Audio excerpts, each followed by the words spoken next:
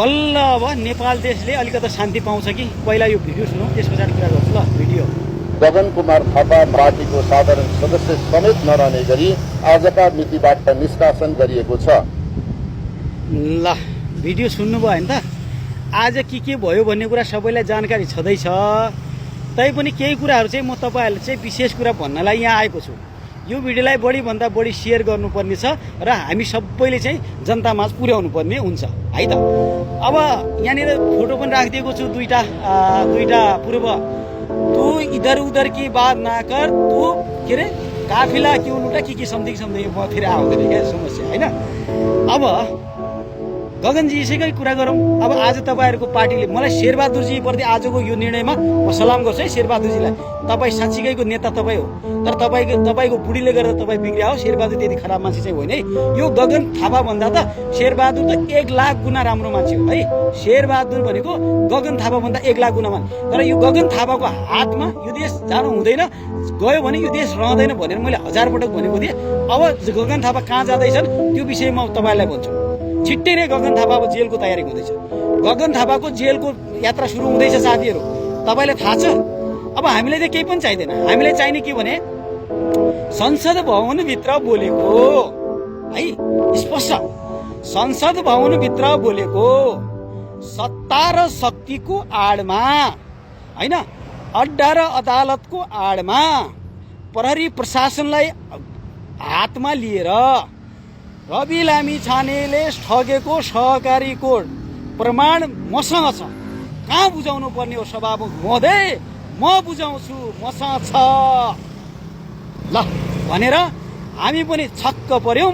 लु रवि लामिछानेले सहकारी ठगेकै रहेछ भनेर हामी पनि झसङ्गै भाट्यौँ। अनि यसो 3 करोड जनताले पनि सुन्यो। हेर्नु सदन जस्तो, सदन भनेको चाहिँ सरस्वती के अरे चाहिँ मन्दिर हो, भगवानको बास बस्ने थलो हो। त्यो 3 करोड जनताको चाहिँ भाग्य र भविष्य लेख्ने थलो हो। त्यो थलोबाट भनेपछि त पक्कै पनि होला। अब यो पनि युवा केटा नै हो भनेपछि गगन थापाले अब चाहिँ नि रवि लामिछाने अब चाहिँ जेल जानुपर्छ भनेर हामीले पनि मनमनै सोच्यौँ। र केही दिन त अक्क नमक्क भइयो। सामाजिक सञ्जालमा बोल्न पनि बडो गाह्रो हुने भयो। पछि बिस्तारै हेर्दै गयो। अब प्रमाण दिन्छ। अनि रवि दाईले चाहिँ त्यही बेला चाहिँ बोल्न पनि नदिएको 74 दिनसम्म सत्ताको आडमा 2/3 बलमा रवि लामिछानेलाई रोस्टममा गएर बोल्न समेत नदिने। अनि किन बोल्दैनस् भन्ने, बोल्न सदनमा जानै नदिने, रोस्टम घेराउ ठोकाठोक। त्यो भिडियो पनि छ होला कति साथीहरूसँग होइन। अनि त्यो भइसकेपछि अनि त्यहाँबाट रवि लामिछानेले पत्रकार सम्मेलन गरेर भन्नुभयो, ल ठिकै छ। गगनजीलाई मेरो एउटा चुनौती। गगनजीले आज भन्नुभयो मलाई त सदनमा बोल्न दिनु भएन, सत्ता र शक्तिको आडमा मलाई बोल्न दिनु भएन। तर ठिकै छ गगनजी, तपाईँले सदनबाट 3 करोड जनतालाई सुनाउनु भयो। म यही पत्रकारको माध्यमबाट भए पनि म सुनाउँछु, जनतालाई भन्छु, यथार्थ कुरा भन्छु। स्थान तपाईँको, ठाउँ तपाईँको, इलाका तपाईँको, वकिल तपाईँका, न्यायाधीश तपाईँका, उपस्थिति मेरो। कुन ठाउँ भन्नुहुन्छ त्यहाँ आउनु तयार छु। काठमाडौँ क्षेत्र नम्बर 4 भन्नुहुन्छ कि तपाईँको घर दैलो अगाडि भन्नुहुन्छ, म आउन तयार छु भन्नुभयो रवि लामिछाने। त्यति मात्रै भन्नु भएन, रवि दाईले अर्को पनि जोड्नु भयो कि यदि तपाईँले भनेको प्रमाण रवि लामिछानेले आफै हस्ताक्षर गरेर झिकेको र आफैले निवेदन लेखेर दिएको र आफैले केवाइसी फर्म भरेको, आफैले नागरिकता बुझाएको जो प्रमाण तपाईँले भन्नुभएको छ, यदि त्यो प्रमाण तपाईँले जनतामा पनि देखाउनु पर्दैन, कहीँ रोडमा लगेर फालिदिए पुग्छ, मलाई पर्सनल दिइदिए पुग्छ, म त्यहीको भोलिपल्टदेखि यो राजनीतिबाट सन्यास लिन्छु भन्ने एउटा सन्यासी त्यागी नेता रवि लामिछाने हो।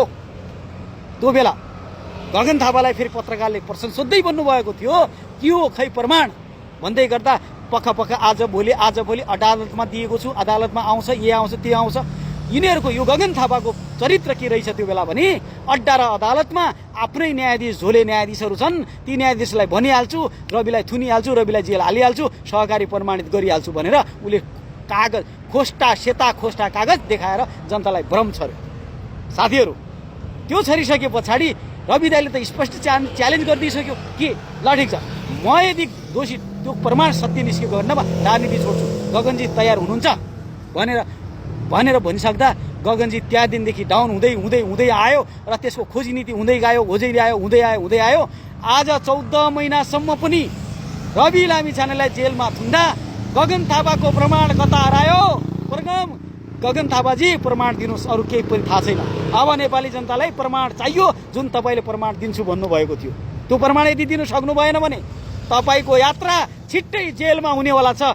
यो गगन थापा छिट्टै जेलमा जान्छ, गगन थापा छिट्टै जेलमा जाँदैछ। लेखेर राख्नुहोस्। अब आज मात्रै, हिजोसम्म त्यही सभापति, त्यही शेरबहादुर देउबा राम्रो हुने, आज गगन थापा पक्षले त्यही शेरबहादुर देउबालाई शेरे चोर देश छोड भन्ने यी नलायक काला काङ्ग्रेसीहरूको करतुत अब छिट्टै खुइलिँदैछ। भोलि पर्सिदेखि यिनीहरूका आरोप प्रत्यारोप बाहिर आउनेछन्, यिनीहरूका गोप्य कुरा आउनेछन् र त्यो बेला छिट्टै नै गगन थापाको यात्रा जेलतिर हुनेवाला छ। बाख्रा चोरको काण्ड त छँदैछ, जर्मनीको अर्बौं घोटाला काण्ड त छँदैछ। त्यति मात्रै होइन, देशका गोप्य सूचनाहरू बाहिरी देशलाई बेच्ने आरोप पनि तपाईँमाथि छ। यी सबै छानबिन हुन्छ र अर्को कुरा 3 करोड जनताले सुन्ने गरी झुटो बोलेको प्रमाण मसँग छ भन्ने कुराको छानबिन हुन्छ। तपाईँको जेलको यात्रा छिट्टै तयार हुन्छ। र गगनजी अब त्यो बेला नि हामीले भनेका थियौँ, चागमा चुर्ना परेको छ कि क्या हो गगनजी? धेरै बगबग नगर्नुहोस्, अलि संयम हुनुहोस्, सत्ता र शक्तिको आडमा धेरै नउम्रिनुहोस्। दिन सबैको आउँछ, समय सबैलाई परिवर्तनशील छ, समय घुम्छ, दिन सबैका आउँछन्, सबैलाई सधैँभरि दुःख पर्दैन भन्दै गर्दा पनि मान्नु भएन।